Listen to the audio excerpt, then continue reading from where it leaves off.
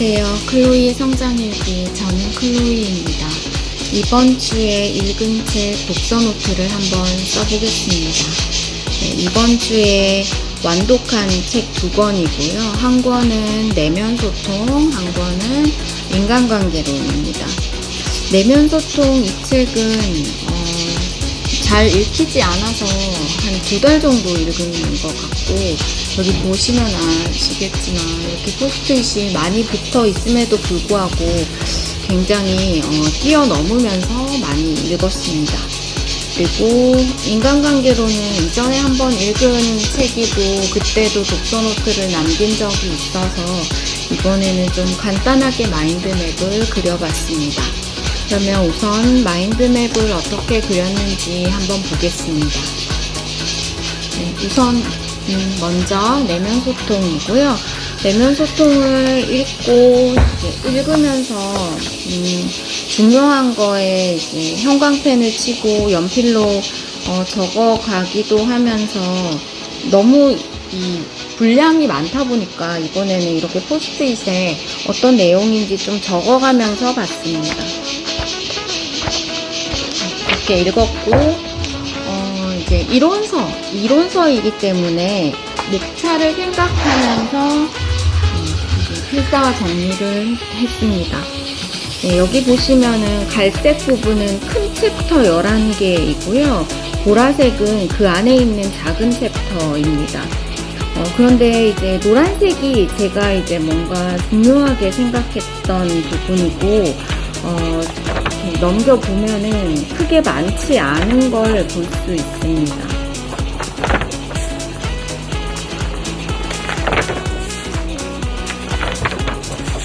어떤 부분은 거의 작은 챕터와 작은 챕터 사이에 제목만 있고 중요한 부분은 전혀 없는 부분도 이번에는 많았어요. 여기 보시면은 챕터 제목만 있는 거잖아요. 이번에 제가 보여드릴 마인드맵은 완벽하지 않은, 정말 엉성하게 내가 이해한 것만 쓸 수 있어서 더 이제 나름의 정리가 잘 됐다고 생각하는 마인드맵입니다. 챕터가 큰 챕터만 해도 11개가 되거든요. 11개의 챕터를 모두 쓰지 않고 정말로 이 내면소통을 이번에 읽고 이 책에서 갖고 싶은 부분, 이 책에서 요거는 알고 넘어갔으면 좋겠다, 그런 생각이 든 부분만 정리했습니다.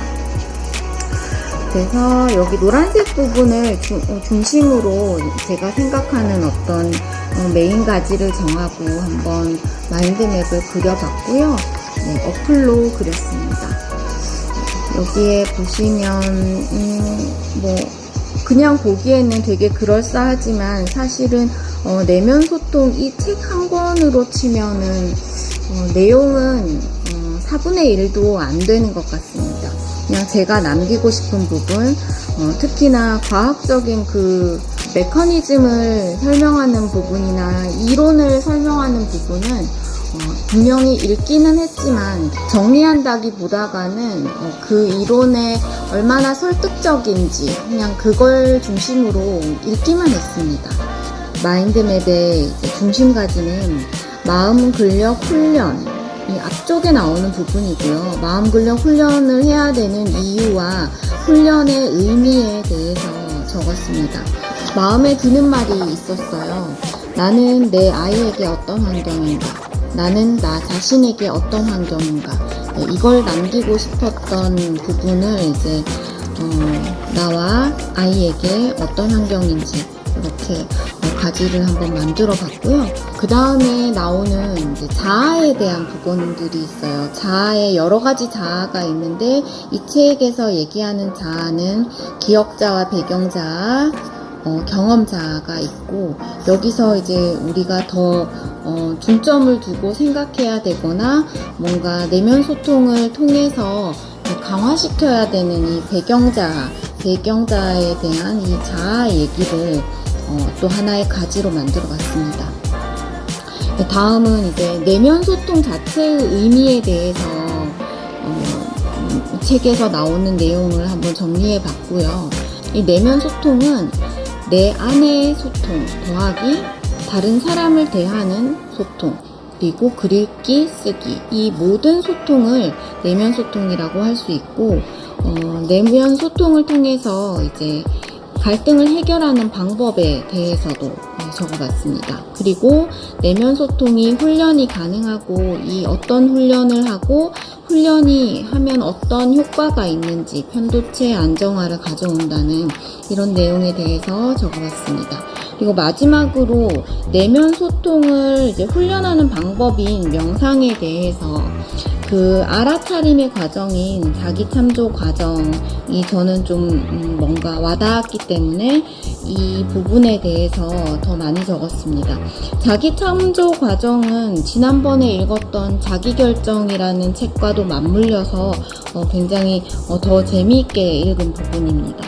네, 내면 소통 명상을 통해서 자기 긍정과 타인 긍정을 어떻게 해 가는지에 대한 부분이고, 이 부분에 있어서 존중 부분이었는데, 저는 이 부분이 참 좋더라고요. 이거는 존중이자 사랑이기도 한 것 같은데, 한번 읽어드리면, 당신이 없어도 나는 스스로 늘 행복합니다.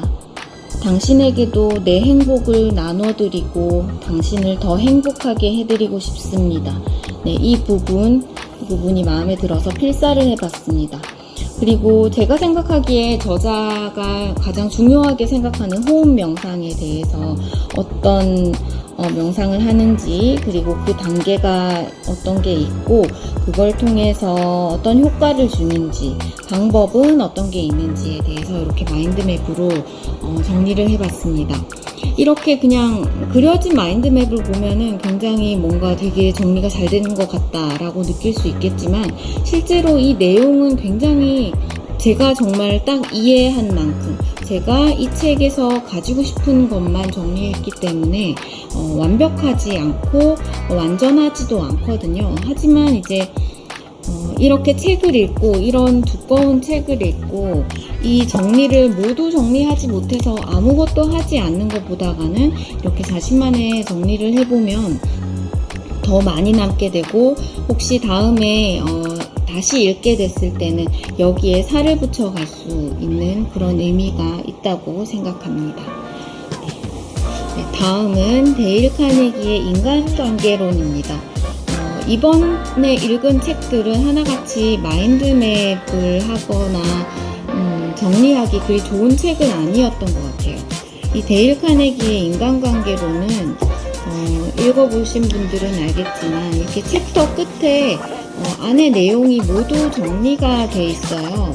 이 정리가 돼 있으면 더 정리하기 좋을 것 같지만, 내가 생각할 수 있는 좀 기회를 뺏는 것 같은 그런 느낌이 이전에 읽으면서도 들었기 때문에, 이번에는 좀 이제 이거를 내 마음대로 내가 갖고 싶은 것만 그리고 내 마음대로 조합을 해봐야겠다, 이런 생각을 하면서 읽었던 책입니다. 그리고 좀 감동적이거나 갖고 싶었던 내용의 문장은 체크를 했고요.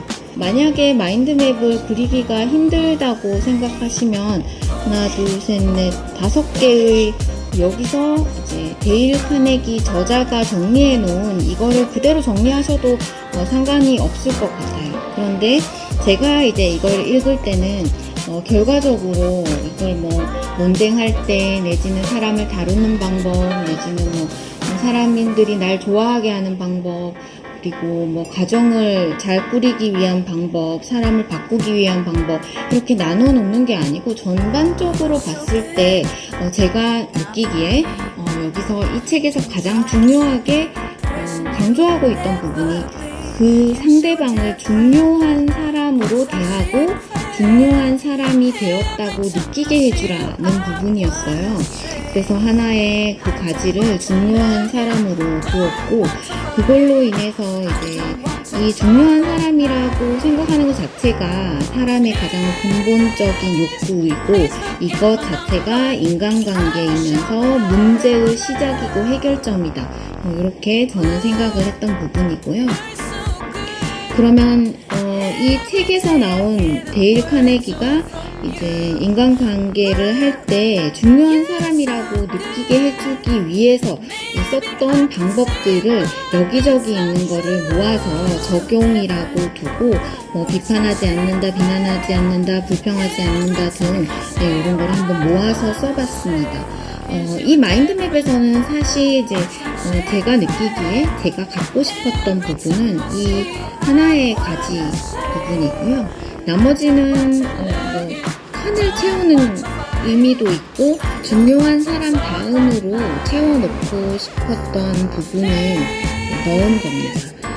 결혼 생활은 가장 뒤쪽에 나오는 챕터이고 이제 결혼 생활을 하려면 이렇게 하라는 그 하나하나의 여기 보시면 책 그대로의 7가지 방법, 7가지 방법을 가지고 생각을 더 하거나 어떤 앞에서 나왔던 예의 책의 내용을 채워가는 형식으로 한번 해봤습니다.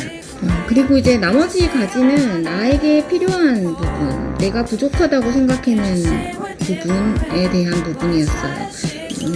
여기 이 책에서 사람을 바꾸기 위한 방법, 그러니까 내가 원하는 대로 누군가를 바꾸기 위한 그런 방법에 대한 부분인데 이게 뭔가 제가 느끼기에 내가 제일 잘하고 있지 못하는 부분인 것 같아서 또 하나의 가지로 채워봤습니다.